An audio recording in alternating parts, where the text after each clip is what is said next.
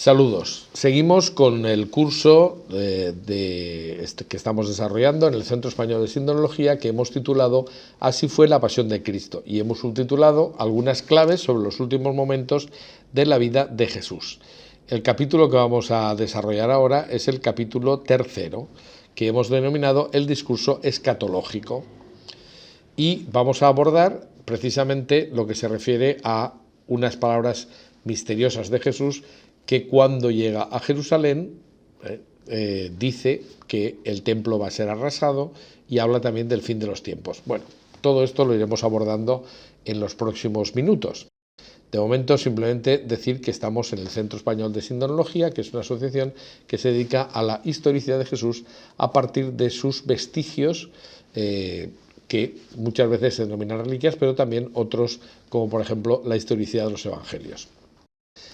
Bien, pues empezamos con la primera de las cuestiones, que es un poco centrar un poquito más lo que estaba diciendo, ¿no? Es decir, nos vamos a centrar en primer lugar en el anuncio de la destrucción del templo, porque precisamente cuando se produce la llegada de Jesús a Jerusalén, en la última subida, en la que se va a producir precisamente pues la pasión, nos dice Lucas: cerca ya de la bajada del Monte de los Olivos, toda la multitud de los que bajaban, llena de alegría, comenzó a alabar a Dios a grandes voces por todos los prodigios que habían visto, exclamando: bendito el Rey que viene en nombre del Señor, paz en el cielo y gloria en las alturas.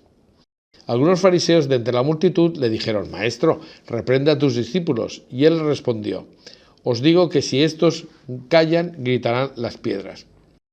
Y la primera cosa que tendríamos que decir es que hay que recordar que esto ocurrió desde donde se vislumbraban ya las construcciones del templo, que alcanzaban 80 metros de altura y que era considerable, se veía perfectamente desde el Monte de los Olivos.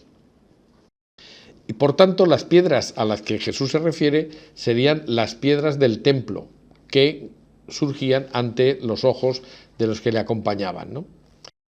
Bueno, pues podría decirse que incluso hoy las piedras del templo aún siguen siendo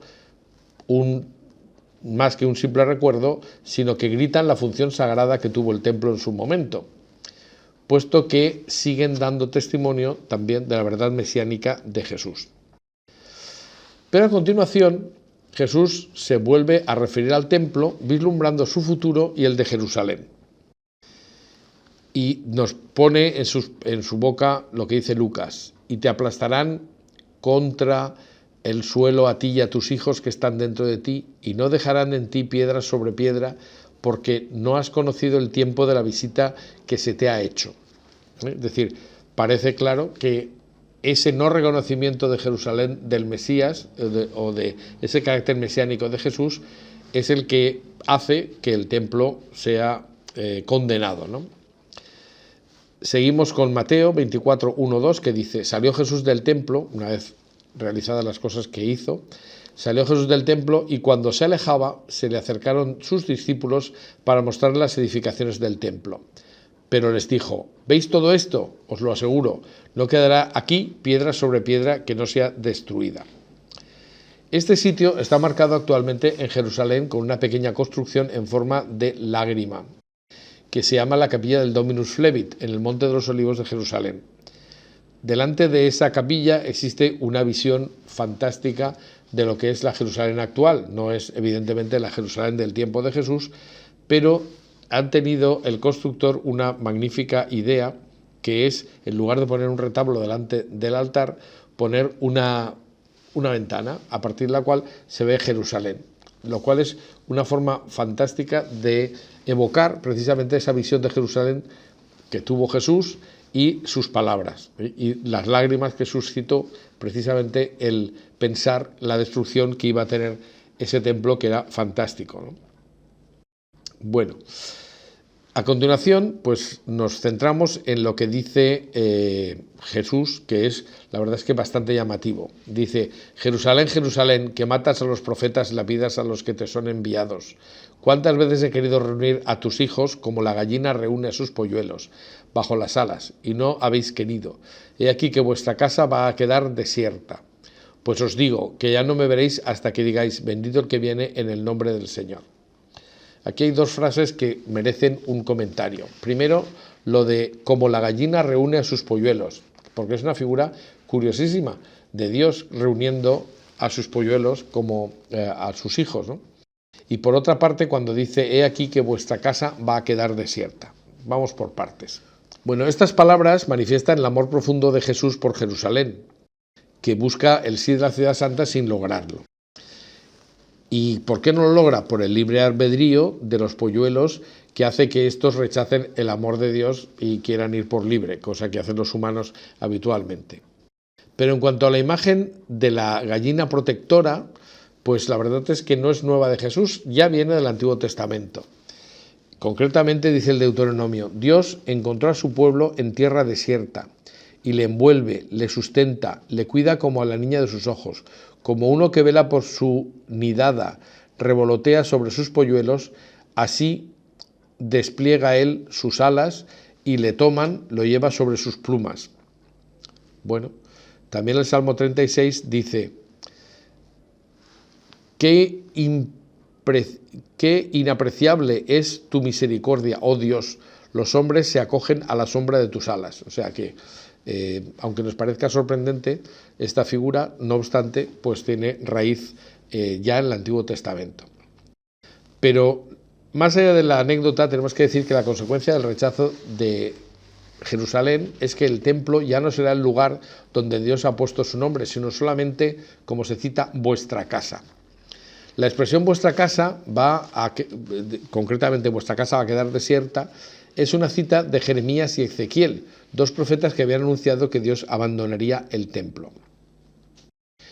De hecho, cuando se escribieron los evangelios sinópticos, nadie podía prever que esta profecía se cumpliría literalmente, de una forma taxativa, con la interrupción definitiva del sacrificio perpetuo. Una vez destruido el tercer templo, no se ha podido reconstruir hasta nuestros días, y eso que todos los años se conmemora el día de la destrucción con un riguroso ayuno, y los judíos practicantes rezan 3 veces al día, que tu voluntad sea que el templo se reconstruya rápidamente en nuestros días. Están intentándolo, pero todavía no lo han conseguido y han pasado 2000 años, ¿no? En los últimos años, antes de la destrucción del templo, existía además, y esto es sorprendente, la misteriosa percepción de que se acercaba el fin. Es decir, había un sentimiento de que el templo iba a ser destruido. Flavio Josefo habla del acontecimiento 6, concretamente extraños ocurridos años antes. Uno de ellos lo recoge también Tácito, o sea que tienen carácter histórico. Y afirma Josefo, cuando en la fiesta llamada Pentecostés llegaron los sacerdotes al patio interior del templo para desempeñar su ministerio sagrado, siguiendo la costumbre, habrían notado, según dicen, en un primer momento un movimiento y un estruendo, y a continuación unos gritos, nos vamos fuera de aquí. Y así lo recoge en la Guerra de los Judíos.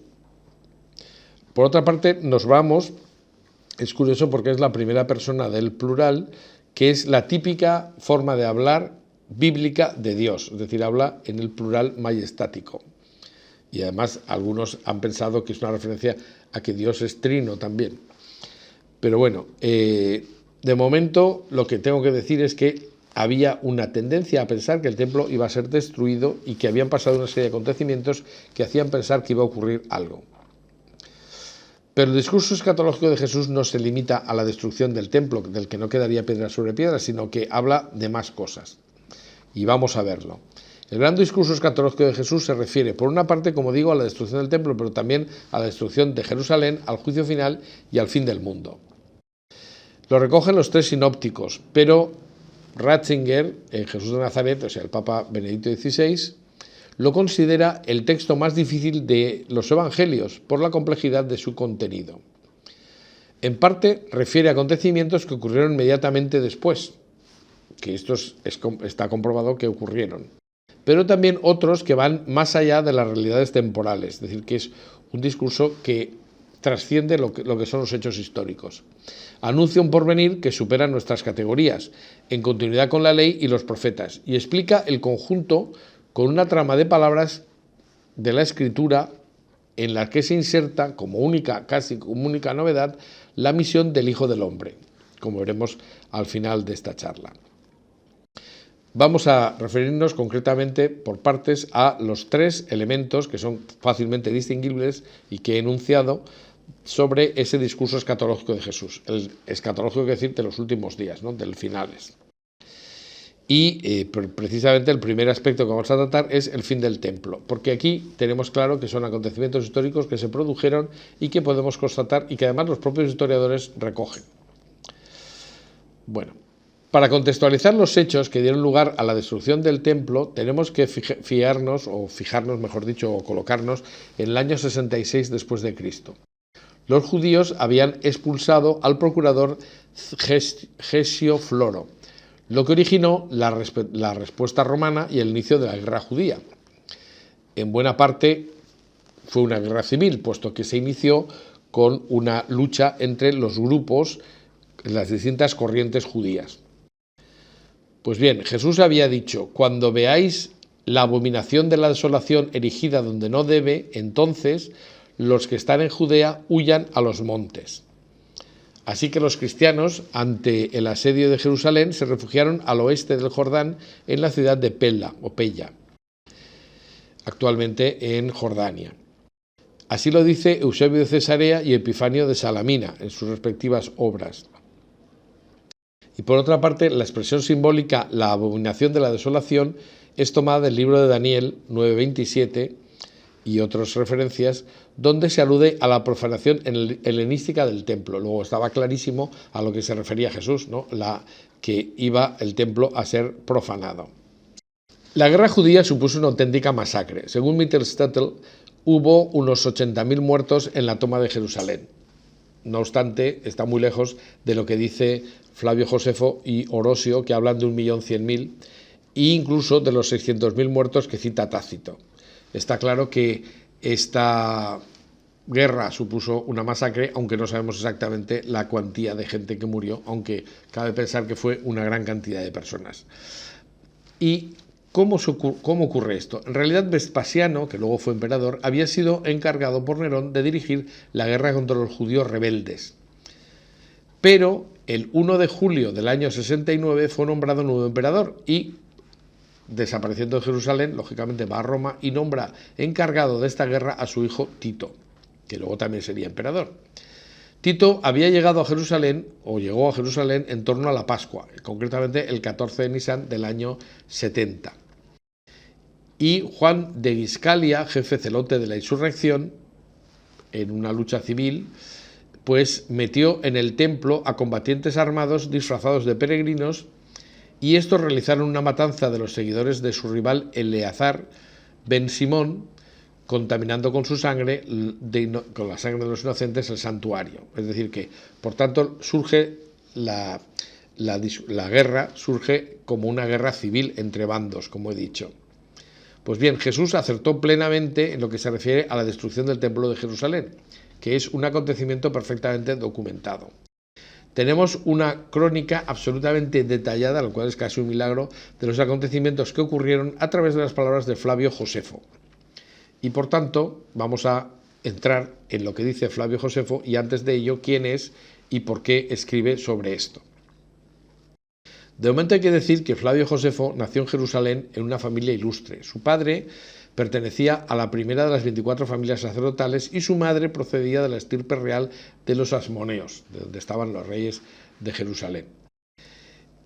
En su adolescencia y juventud convivió con fariseos, saduceos y hasta con los esenios, con los que pasó 3 años en las orillas del Mar Muerto. Es decir, es una persona que conoce muy bien la sociedad de Jerusalén y además desde una posición privilegiada.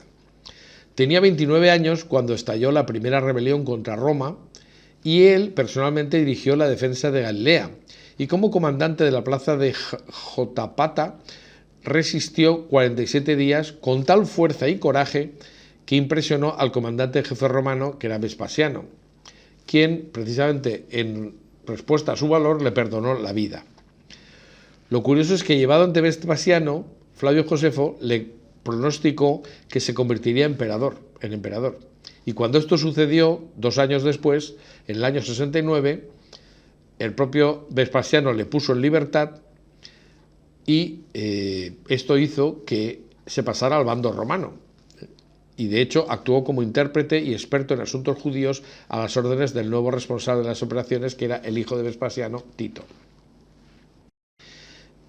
Su admiración por Roma fue tal que en realidad adoptó el nombre de Flavio precisamente en honor a la dinastía Flavia, a la que pertenecían Vespasiano y Tito.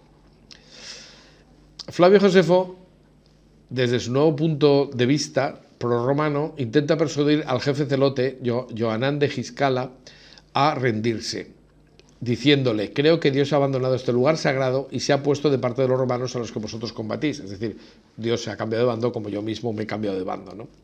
Tras la destrucción de Jerusalén, se estableció en Roma, donde escribió La guerra de los judíos, crónica de la tragedia en la que fue protagonista y testigo entre los años 66 y 70. Por tanto, tenemos una referencia de primera mano. Escribe en su escrito: ¿quién puede ignorar lo que fue escrito por los antiguos profetas y la profecía referente a esta desgraciada ciudad que va a cumplirse pronto? Y añade: existía una antigua profecía de hombres inspirados por Dios, según la cual Jerusalén sería conquistada y el templo santísimo incendiado durante una guerra, en el momento en el que estallase una rebelión. Realmente, Flavio Josefo parece que se está refiriendo a la profecía de Daniel 9, 26, 27, donde se dice que y destruirá la ciudad y el santuario, el pueblo de un príncipe que ha de venir, y hará cesar el sacrificio y la oblación, y habrá en el santuario una abominación desoladora. Cabe la duda de si realmente conocía la profecía de Jesús de la destrucción de Jerusalén, aunque esto es bastante poco difícil de pensar, ¿no? Mejor dicho, difícil de pensar simplemente. Aunque no conoció a Jesús, debió conocer a sus discípulos, pues nos ha dejado un testimonio muy interesante, que es el llamado testimonio flaviano. Este testimonio fue menospreciado por los críticos, que consideran que está lleno de interpolaciones de un copista cristiano. Sin embargo, tiempo después, y yo diría casi recientemente, si nos planteamos en tiempos históricos, la verdad es que recientemente se ha conocido la versión que nos ha llegado a través de los musulmanes, por tanto, sin pasar por un copista cristiano y sin tener las interpolaciones correspondientes. Y aún así, se ha puesto de relieve el enorme valor que tiene este testimonio flaviano, puesto que reconoce que efectivamente existían cristianos de Jesús y lo cita. Y aunque las interpolaciones dicen que era el Hijo de Dios y cosas así, que evidentemente Flavio Josefo no pudo decir porque no era cristiano, pues los datos históricos que nos dan son absolutamente preciosos. Pero más allá de este testimonio flaviano, en el que de momento ya no vamos a entrar porque ya está explicado en otra serie de charlas, pues hay que decir que es realmente providencial que tengamos el testimonio escrito de un no cristiano sobre los hechos que Jesús profetizó, cosa que no ocurrió, sin embargo, por ejemplo, en la segunda gran catástrofe del pueblo de Israel en el año 132, que con una nueva revuelta pues supuso la prohibición de que los judíos entraran en Jerusalén. Pero la verdad es que este testimonio es sorprendente que haya llegado a nosotros, porque la versión original en arameo tuvo una difusión escasa. ¿Quién quiere leer desgracias sobre su propio pueblo? Y además fue silenciada por las comunidades judías que no perdonaban a Josefo haberse vendido, ¿no? Porque se pasó al campo romano. Y por otra parte, la traducción griega del texto que realizó el propio Josefo se ha conservado casi milagrosamente, a pesar del escaso interés que tenía para los romanos leer sobre semejantes hechos. Es decir, que no había motivo alguno de que este texto nos hubiera llegado, pero nos llegó. Entonces, ¿qué dice respecto a la destrucción del templo? Pues vale la pena detenernos un poco sobre ello, aunque resumiremos. De momento, lo primero es que deja claro que Tito quiso a toda costa salvar el templo, y nos dice que se inquietó cuando supo que en aquel día, el 17 de Panemo, el sacrificio permanente en honor a Dios se había visto interrumpido por falta de hombres y que a causa de ello el pueblo estaba profundamente consternado. Dice Flavio: entonces Tito volvió a advertir a Johanán que si quería persistir en su criminal locura de combatir, podía salir fuera de la muralla con quienes quisiera y continuar la lucha sin implicar la destrucción de la ciudad y el templo. Con ello, se evitaría profanar el santuario y ofender a Dios, e incluso que se podían reanudar los sacrificios ininterrumpidos con la intervención de los judíos que él mismo designara, o sea que era una buena oferta. Sin embargo, estos escrúpulos basados en la superstición de Tito despertaron la irritación de los soldados y oficiales, puesto que, según Josefo, para salvar el templo, un templo extranjero, se causaba daños y perjuicios a sus propios hombres, lo cual pues no era aceptado por la tropa. Estos, tras grandes esfuerzos y pérdidas humanas, habían conseguido situarse detrás de la construcción, ocupando y destruyendo la fortaleza Antonia, que como era construcción romana se podía destruir sin problemas. Y Tito se empeñaba en no incendiar el santuario, utilizando las máquinas de asedio solamente para minar elementos secundarios de la construcción, tratando de causar al edificio sagrado el menos daño posible. O sea, parece claro, por tanto, que Tito intenta salvar el templo como sea. Al fin, terminó dando orden de incendiar las puertas exteriores de los atrios, que estaban recubiertas de plata. Y añade el texto de Flavio Josefo. Se propagó rápidamente el fuego a la madera, envolviendo los pórticos en un mar de llamas. El impacto psicológico fue tremendo. Los judíos se quedaron sin fuerza ni coraje y a causa del asombro nadie movió un dedo para apagar el incendio, quedándose petrificados mirando. Lo cual, según dice Flavio Josefo, pues es una forma de atribuir la responsabilidad de la destrucción a los propios judíos. No sabemos si fue muy objetivo en esto, pero eso es lo que dice. Tito decidió que si los judíos tomaban posiciones en el templo para continuar la resistencia, habría que emplearse a fondo contra las cosas en vez de contra los hombres, pero en ningún caso habría que entregar a las llamas aquella magnífica construcción. Y a soldados escogidos de las cohortes les encargó la tarea de abrir camino a través de los escombros y apagar el incendio al día siguiente. Sin embargo, llega el día fatídico del año 70 después de Cristo y empieza la destrucción, ¿no? Esto empieza el 6 de agosto, aunque culminó el 10 de agosto. Sigue diciendo el texto de Josefo. Cuando Tito se retiró, los rebeldes, tras una breve pausa, se arrojaron nuevamente contra los romanos y hubo una encarnizada lucha entre los defensores del santuario y los soldados que intentaban apagar el fuego en la explanada interior. Estos, tras haber puesto en fuga a los judíos, les persiguieron hasta el interior del templo, y entonces un soldado, movido por una fuerza sobrenatural, ahora veremos lo que significa esta frase, movido por una fuerza sobrenatural, sin guardar órdenes y sin demostrar temor alguno en cometer tan terrible acción, echó mano de una antorcha y, secundando a uno de sus compañeros, la arrojó a través de una ventana dorada que daba a las estancias próximas al santuario en la parte norte. Es decir, empieza a haber más fuego. La expresión que hemos citado, lo de que era movido por una fuerza sobrenatural, es traducción del original griego de Flavio Josefo, que es daimonio orme tini, es decir, por un impulso proveniente de un dios o de un demonio, que se puede traducir de las dos maneras, es decir, por una fuerza sobrenatural. Y entonces, al propagarse las llamas, los judíos estallaron en un grito sobrecogedor, y sin cuidarse de sus vidas y haciendo acopio de todas sus fuerzas, se precipitaron a ayudar, porque estaban a punto de destruirse lo que hasta entonces habían tratado de salvar. Ya con su voz, ya con la mano, César dio orden a los combatientes de apagar el fuego, pero ellos no oían sus palabras, ensordecidos por un griterío cada vez mayor y arrastrados por el frenesí. Para detener el ímpetu de los legionarios no sirvieron ni requerimientos ni amenazas, pues todos se dejaron llevar por la furia. Furia aquí corresponde al latín fumus, que tiene también un sentido sobrenatural, es decir, como un arrebato que altera la mente y lleva a comportarse de una manera inconsciente. Es decir, las cosas iban a más.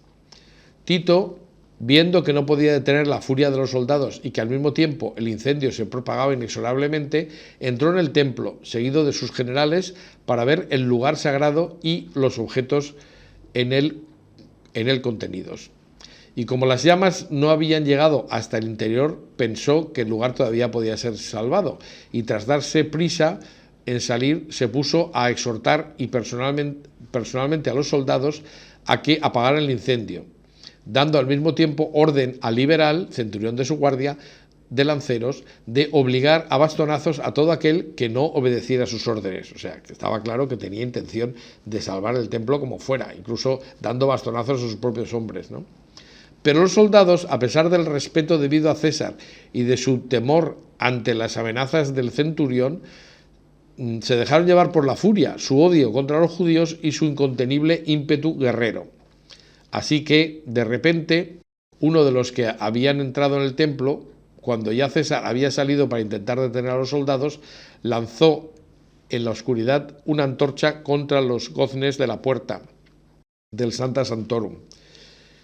Tras la inmediata extensión del fuego hacia el interior, César y sus generales se retiraron y ya nadie impidió a los soldados que estaban fuera propagar el incendio. En definitiva, Josefo certifica que contra la voluntad de César el templo fue destruido por las llamas, lo cual, dicho sea de paso, era algo que estaba profetizado según él mismo dice. Y concluye subrayando: algo que nos sorprende es la trayectoria exacta de los avatares del destino, y es que todo sucedió al llegar el aniversario del mismo día y del mismo mes en el que el templo fuera incendiado por los babilonios. Es decir, el mismo día volvió a ocurrir lo mismo, pero en este caso por los propios romanos. Y este es más o menos el resumen de lo que dice Flavio Josefo, pero yo quisiera añadir algo, y es que efectivamente el Imperio Romano se hace a base de respetar las tradiciones de los pueblos locales que va dominando. De hecho, lo que se va haciendo es que se van sumando dioses de los distintos pueblos a ese panteón romano que era muchísimo enorme, ¿no? O sea, es decir, no son ya solo los dioses griegos y romanos, sino que se van añadiendo incluso dioses egipcios y cosas por el estilo. O sea, el pueblo romano va asimilando los pueblos que asume o que incorpora al imperio, precisamente sabiendo que esto es lo que más puede producir una sublevación, es decir, tocar el espíritu del pueblo correspondiente puede hacer que se hagan actitudes heroicas y se lanzaran contra el imperio, ¿no? Eso explica el intento de salvar el templo de Jerusalén, aparte de que, como digo, era una construcción fantástica para la época y única en el mundo. ¿Y qué consecuencias tuvo esa destrucción? Bueno, de momento hay que decir que la destrucción del templo fue definitiva. El judaísmo de los saduceos, que estaba totalmente vinculado al templo, no sobrevive. Y a partir de ese momento, pues se pasa a una visión completamente distinta, dominada por los fariseos. Pero tampoco sobrevive la visión del Qumran, que aunque no apreciaba el templo de Jerusalén, quería la construcción de un nuevo templo. Por tanto, todo esto desaparece con la desaparición del templo. Y a partir de ese momento solo habrá dos posibilidades de interpretar el Antiguo Testamento. La visión, la corriente judía, que está mantenida por el fariseísmo y que coloca en el centro de la religión a la Torá y que da lugar a la aparición del judaísmo. Y por otra parte la corriente cristiana, basada en la postura de Cristo sobre el templo, que entiende que el templo había sido propiedad del Padre y casa de oración de todas las naciones, pero el tiempo del templo había pasado y el culto nuevo estaría basado en la muerte y resurrección del propio Jesús. Podemos ver, y eso lo vemos en los Hechos de los Apóstoles, que antes de su destrucción, a partir de la aparición del cristianismo, el templo estaba dejando de tener su función. Dicen los Hechos: a diario los cristianos acudían al templo todos unidos, celebraban la fracción del pan en las casas y comían juntos, alabando a Dios con alegría y de todo corazón. Es decir, en la iglesia primitiva, en la iglesia naciente, hay dos lugares. Por una parte, el templo, que sigue siendo aceptado como casa de la palabra de Dios y de oración, pero ya no es la casa de los sacrificios, porque el sacrificio ha sido sustituido por la partición del pan y que se realiza en las casas. Así que las palabras de Jesús sobre el fin del templo de piedra fueron asumidas por Esteban de forma perfectamente normal, porque eso es lo que se estaba viviendo, y que procedía del grupo de los helenistas, y así ha sido colocado en el centro de su predicación hasta el punto de que es una de las causas que se presentan contra él, ¿no? Como dice Hechos, le acusan de lo que dicen. Dice, le hemos oído decir que ese Jesús de Nazaret destruiría el templo y cambiaría las tradiciones que recibimos de Moisés. Pues es verdad, eso había ocurrido a partir de la aparición de Jesucristo. Y es que Jesús pasa a ser el centro de la nueva religión. Y lo es de una forma que normalmente los cristianos no somos conscientes de ella y que intentaré explicar. Sobre todo, Pablo, creador del cristianismo libre de la ley, pues ya no se refiere realmente al templo como se habían referido anteriormente. Hemos visto que Jesús sigue escrupulosamente las prescripciones del templo, pero de repente pues desaparece la referencia al templo que dejará de existir en poco tiempo. Y eso porque el nuevo templo es el propio Jesucristo. Dice San Pablo en Romanos, todos pecaron y todos están privados de la gloria de Dios y son justificados gratuitamente por su gracia, mediante la redención de Cristo Jesús, a quien Dios constituyó sacrificio de propiciación, es decir, como propiciatorio, mediante la fe en su sangre.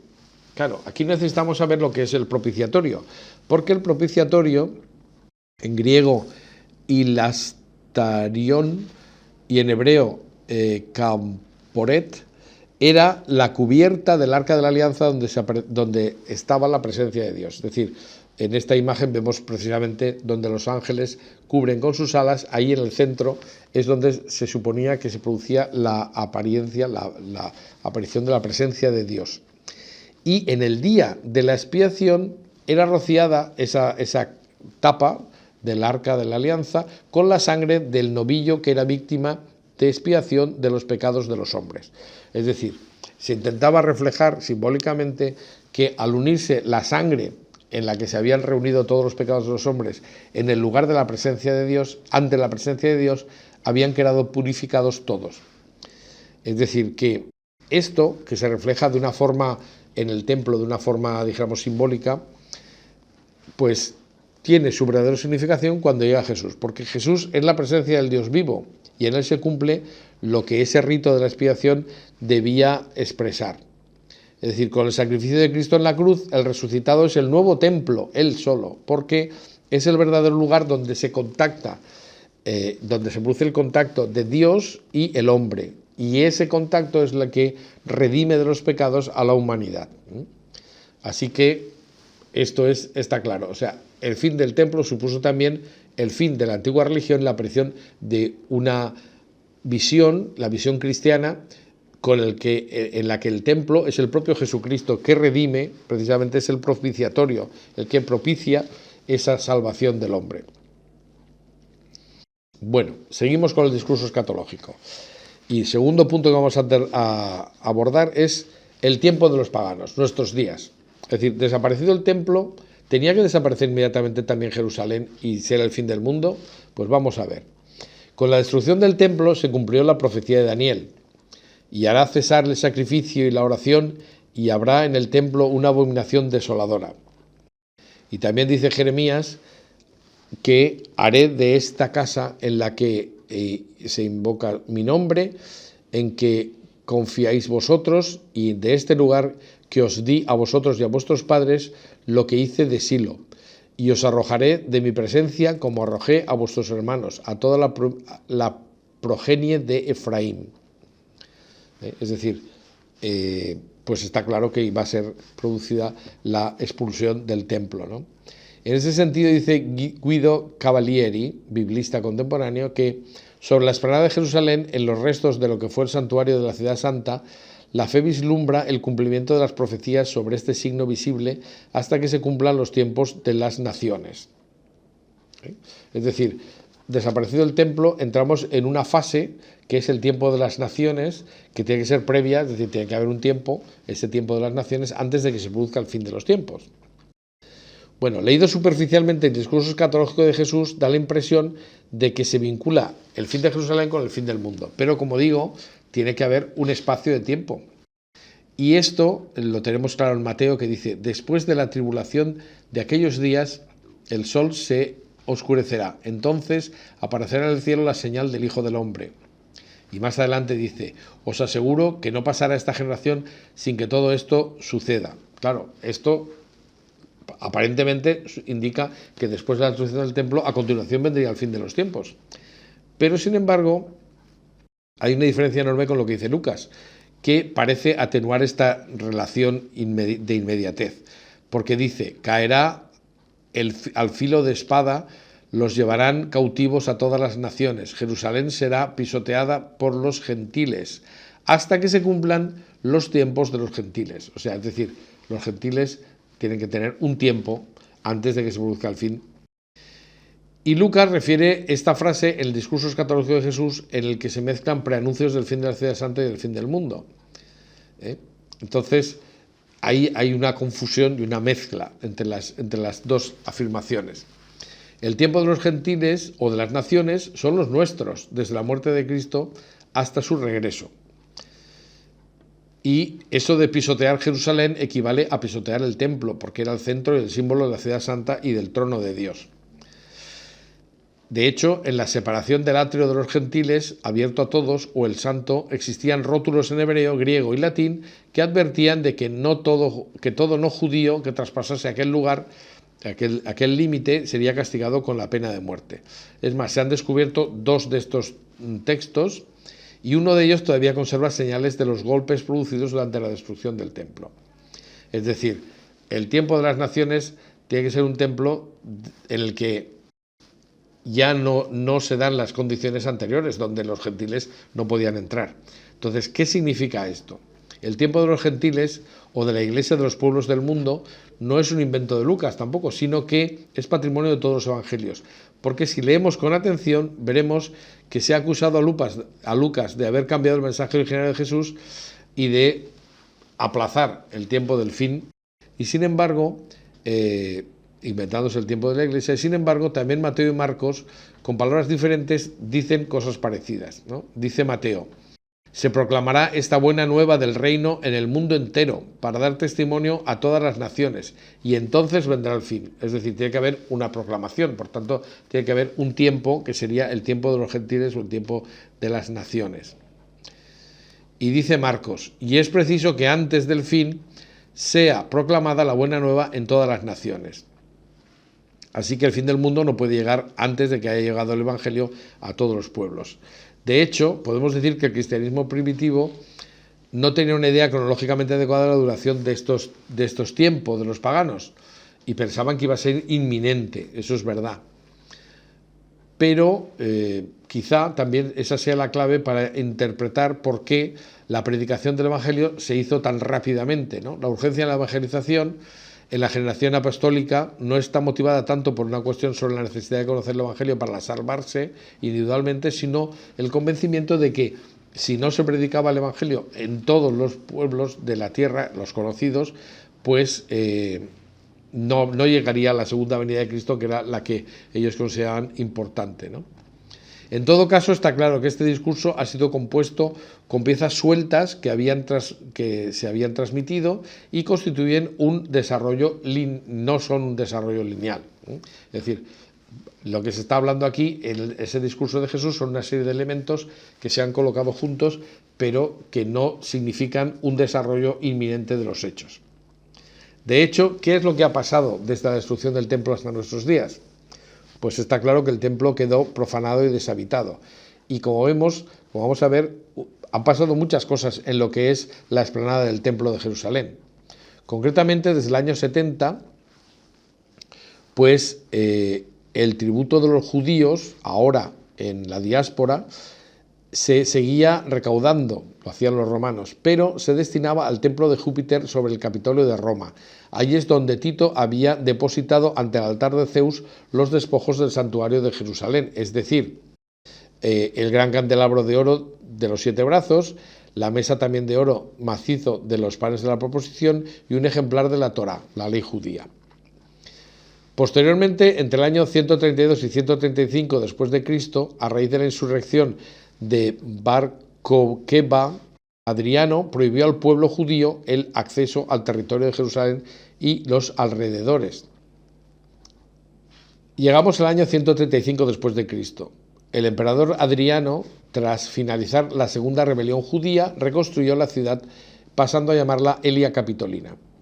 ¿Y qué ocurre entonces en la explanada del templo? Pues que se hace colocar estatuas de dioses paganos y en la puerta sur una cabeza de cerdo, que era una grandísima profanación por parte de los judíos o desde el punto de vista de los judíos, porque el cerdo era considerado un animal impuro y signo del demonio. Pero en realidad era la enseña de la Legión Décima Fretensis, que era la que custodiaba las ruinas de la ciudad santa, ¿no?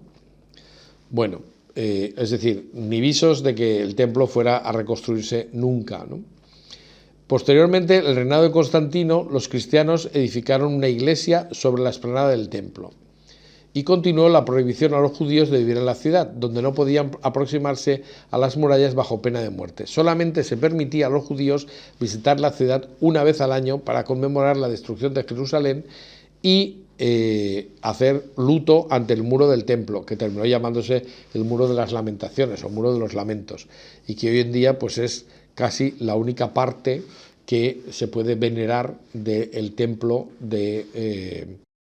el templo histórico que había visitado Jesús. Solamente queda uno de los muros de contención de la explanada y que efectivamente pues es visitada por los judíos con asiduidad. Seguimos en la historia del tiempo de las naciones y decimos que el año 362, con la ayuda y el consejo del emperador Juliano el Apóstata, se intentó reconstruir el santuario judío. Y esto, más que para favorecer al judaísmo, sin embargo, Julián el Apóstata lo que quería era dejar claro que la idea de Jesús de que no quedaría piedra sobre piedra y que no sería reconstruido el templo, pues eso para demostrar que era una profecía falsa, ¿no? Es decir, más que para favorecer al judaísmo, como digo, se trataba de desmentir la idea cristiana de que la destrucción había sido el signo del final de la antigua alianza y el principio de la nueva. Sin embargo, lo que es curioso es que tenemos datos históricos que nos muestran que una serie de acontecimientos hicieron imposible esa reconstrucción, a pesar del empeño del emperador. Y entre ellos, pues hay varios autores que nos hablan de ello. Por ejemplo, el arriano Filostorgio, que era adversario teológico de San Cirilo de Jerusalén, o, por ejemplo, el historiador Amiano Marcelino, amigo personal del emperador Juliano, que era de cultura pagana, aunque realmente era ateo, ¿no? Y efectivamente, pues en este momento, en el año 362, pues como digo, se intenta reconstruir y se fracasa en la reconstrucción del templo por parte de los judíos, ¿no? El emperador había aportado una fuerte suma con el deseo documentado de desmentir la profecía de Cristo, y se acumularon materiales sobre la explanada. Se trazaron planos y se trajeron miles de trabajadores, entre ellos muchos de ellos voluntarios judíos. Se trataba de reconstruir el templo con la magnitud que tenía anteriormente. Y en ese momento ocurre algo sorprendente. El obispo Cirilo, en una especie de desafío público, anunció a la comunidad cristiana, de nuevo perseguida, que era absolutamente imposible que los judíos pudieran llevar a cabo su propósito. Y aquí, como digo, lo sorprendente es que los historiadores relatan unánimemente que al día siguiente fuertes movimientos sísmicos sacudieron la explanada y sepultaron a muchos de los trabajadores. Y es más, Amiano Marcelino, enviado de Juliano, cuenta: gigantescas esferas de llamas caían en oleadas sobre los cimientos y hacían inaccesible aquel lugar. Y como los elementos empujaban constantemente hacia atrás a los trabajadores, la obra tuvo que interrumpirse. Esto es algo sorprendente, es decir, una cosa que no se explica, es decir, ¿por qué ocurrió eso? Lo cierto es que está recogido por los historiadores y debió ocurrir. Preguntando al emperador sobre este hecho, este contestó: el Dios de los judíos no está contento de ellos, y se afianzó en sus convicciones en favor del politeísmo pagano. Así que en el año 363 Juliano se reafirma, dice: los profetas de los judíos han arremetido muchas veces contra lo que ellos llaman la idolatría, pero ¿qué dirían ahora de su templo destruido 3 veces y aún no reconstruido? Es decir, si la interpretación que se hace no es precisamente a favor del cristianismo, sino precisamente por lo contrario, porque el emperador lo que dice es que lo que demuestra es la autenticidad del politeísmo romano en contra del monoteísmo judío. Un acontecimiento siguiente todavía pone las cosas más difíciles, porque en el siglo VIII, con la invasión árabe, la explanada del templo se convirtió en uno de los lugares más sagrados del Islam, el Haram al-Sharif, es decir, lo que llaman el noble recinto sagrado. Ya que, ¿y por qué es sagrado Jerusalén? Porque claro, en principio Mahoma no estuvo nunca en Jerusalén. Bueno, pues lo cierto es que lo que dice la tradición musulmana es que al acercarse el momento de la muerte de Mahoma, este habría volado hasta allí, donde le esperaba Abraham, Moisés y Jesús, a lomos de Burak, una burra alada, y desde allí habría ascendido uno a uno a los 7 cielos. En el mismo siglo, en torno a la roca, que había servido de altar para el sacrificio de Isaac y los sacrificios judíos, los musulmanes construyeron la llamada mezquita de Omar, y algunas décadas después la mezquita de Al-Aqsa, es decir, la lejana, por ser la más distante de la Meca.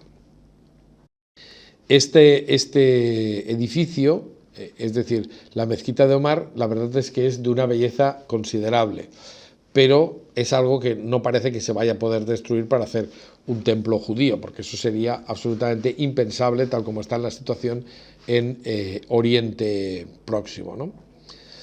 Pero esa mezquita, los cruzados la transformaron en iglesia, como también transformaron, cuando llegaron los cruzados, la mezquita también de Al-Aqsa, que fue primero palacio del rey Balduino, el rey latino de Jerusalén, y después la sede central de los caballeros del templo, que pasaron a llamarse así porque tenían su sede precisamente en la explanada del templo de Jerusalén.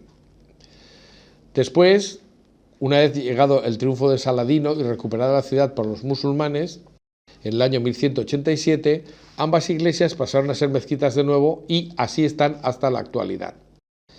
Como digo, la construcción de la mezquita de la Roca realmente es muy hermosa y se utilizaron los mejores materiales para construir una mezquita que no es muy grande, si se tiene en cuenta la parte construida, pero que tiene como sede central pues precisamente la roca, por eso el nombre de la mezquita de la Roca. Esta roca teóricamente sería en la que se había producido, o se produjo el sacrificio de Isaac, que los musulmanes recuerdan como el sacrificio de Ismael, curiosamente. Es decir, aunque esa tradición suya es muy posterior al Antiguo Testamento, ellos consideran que el que estuvo a punto de ser sacrificado no fue el hijo de la mujer, sino el hijo de la esclava, ¿no?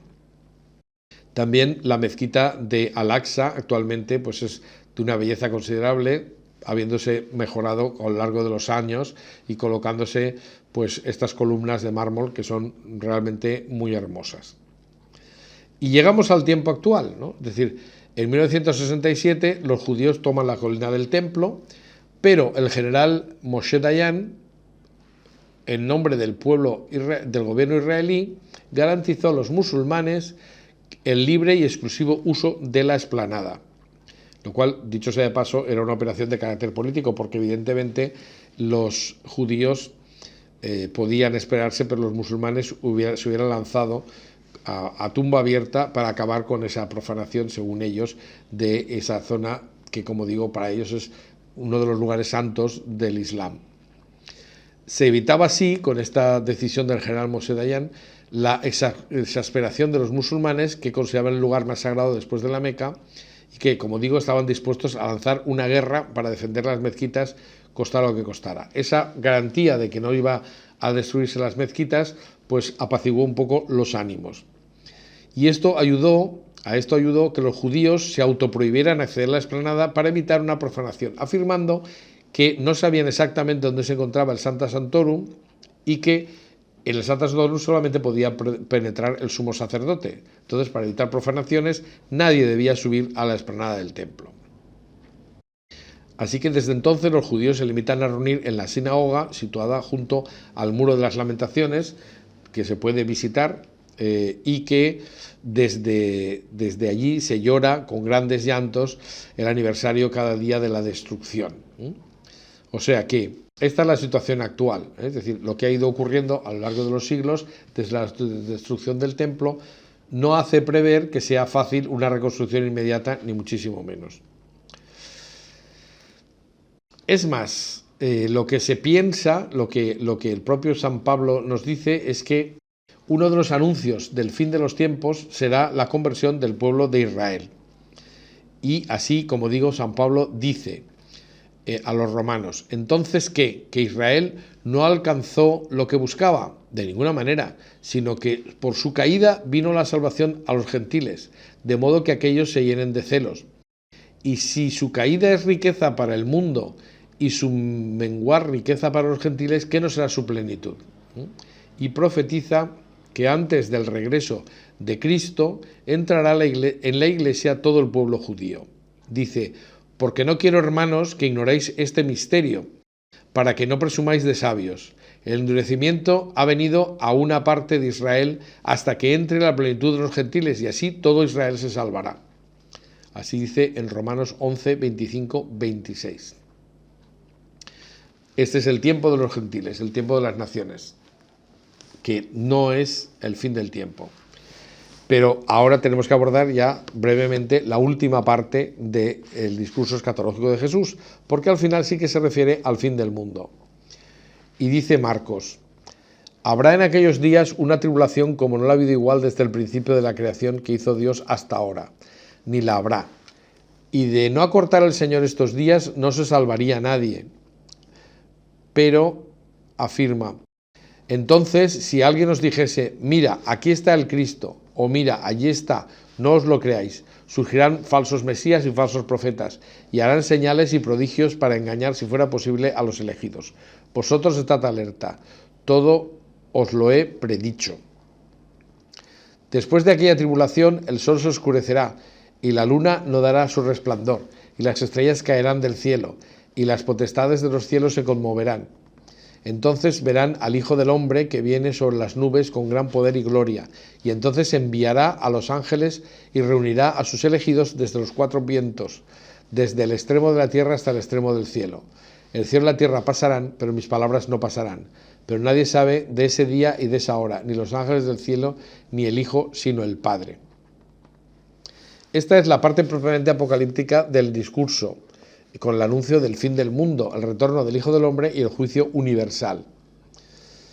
Lo que pasa es que y aquí vamos a seguir lo que dice Jesús de Nazaret el Papa Benedicto XVI o el teólogo Ratzinger, que son las dos cosas, lo que dice es que estas son imágenes, que este texto está entretejido con palabras del Antiguo Testamento, que son en parte del libro de Daniel, pero también de Ezequiel, de Isaías y de otros pasajes de la Escritura.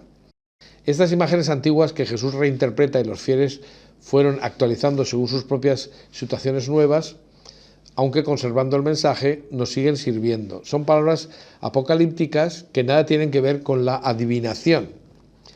Quienes, apartados de la curiosidad superficial por las cosas visibles y llevados a lo esencial, que es que la vida tiene su fundamento en la palabra de Dios que Jesús nos ha dado. Esto es el verdadero sentido de estas palabras. Como dije al principio, la principal novedad, precisamente de las palabras que dice Jesús, que eso sí que es nuevo con relación a las interpretaciones anteriores, es que Él hace que el Hijo del Hombre, profetizado por Daniel, sea el propio Jesús. Es decir, lo que era una imagen cósmica se concreta en una única persona, que es el mismo Jesús. Así queda claro en las palabras: el cielo y la tierra pasarán, pero mis palabras no pasarán, que es el final del discurso. Es decir, quien estará en el futuro y el que regirá el mundo seré yo, ¿no? Es decir, con sus palabras. Jesús no describe el fin del mundo, sino que lo que anuncia son, con palabras del Antiguo Testamento, es una novedad, ¿no? Es decir, salva cualquier vinculación cronológica. Así, la palabra de Dios ilumina el futuro de su significado esencial. No describe el futuro, sino que nos muestra el camino recto ahora y para el mañana. Es decir, que el discurso escatológico al final no deja de ser un recurso de esperanza y de afirmación de que Él es el alfa y el omega, como se dirá después en el Apocalipsis. Bueno, pues seguiremos comentando estas cosas y otras de estos evangelios de la Pasión en la próxima charla.